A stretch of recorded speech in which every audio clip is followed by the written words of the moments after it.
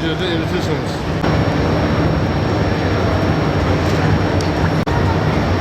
Kaşar tadı aldım. Niye biliyor musun? İyice biz tamamen iyice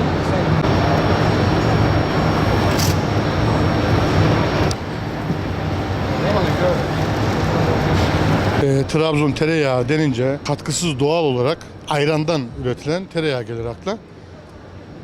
Tereyağlarımız şöyle, köylerde annelerimiz, yengelerimiz yoğurdu mayalarlar, ondan sonra ayran yaparlar. Ayranı yayık dediğimiz tahta yayıklar, şimdi elektronik yayık oldu gerçi.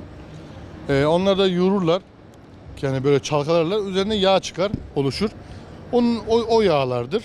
Tabi bunların vakumlu olan katkısızdır. Vakumluları biz vakumluyoruz. Topluyoruz köylerden. Kovalıyoruz. Oradan da vakumluyoruz. Katkısız olduğu için tabi sağlıklı tavsiye edilen tereyağı, hani kalp dostu denen tereyağı bu tereyağı. Çünkü ayrandan geliyor. Pişmiş sütün yağısı da var, o farklı. Tabi bizim tereyağlarımız biraz sarı. Bölge bölge çeşitlilik gösterdiği gibi beyaz oluyor, sarı oluyor. O ineğin cinsinden kaynaklanıyor. Yediği ottan kaynaklanıyor. Bizim oradaki inekler otla doğal beslendikleri için sarı oluyor genelde. Kalp dostu tereyağı dedikleri tereyağı bu ayran tereyağısı. Tavsiye edilen tereyağı ayran tereyağısı. O yüzden yani kalp damar tıkanıklığına olmaz. Yani başka yağlar, yani sonuçta yağ kullanmayın, yağı azaltın, damar hastalarına. Bu tereyağı ayran tereyağısı olduğu için öyle bir sıkıntı yaratmaz. Şimdi gıda kodeksine göre, gıda şeyine göre bizim tereyağımız ayran olduğu için, doğal olarak geçtiği için, zararlı madde bulunmadığı için bu tereyağını 35-40 yıldır yapıyoruz. 35-40 yıldır bu işin içindeyiz biz. Tabii yüzyıllardır yapılıyor bu tereyağı.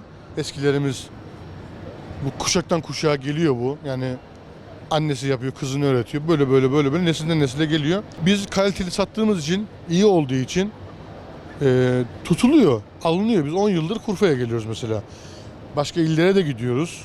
Yani satılıyor. Kalitesiz olsa, kötü olsa, müşterinin bir memnuniyetsizliği olsa söyler, almaz. Güzel yani, gün geçtikçe artıyor. Talep artıyor. Sahte tereyağı, normalde tüketici sahte tereyağını tavada anlar. Tencereye, tavaya koyduğunda anlar. Tavada değişik şeylere girer. Şimdi normal tereyağı tavada erir. Böyle az bir şey köpürür. Güzel bir koku verir. Öyle çatır çutur falan etmez. Yani tereyağını anlar çoğu insan. Sahtesini, kötüsünü, iyisini tavada yemek yaptığı zaman anlar.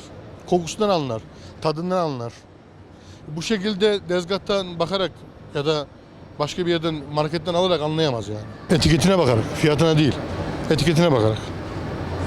Etiketinde yazıyor. Mesela bizim etiketimizde %80 süt içerir yazıyor. Yani diğeri %10'u da suyla tuz. Yani %2 oranında tuzsuz sayılır. Geri kalan su. %80 süt üreten, yani %80'i yazıyorsa rahatlıkla alabilir.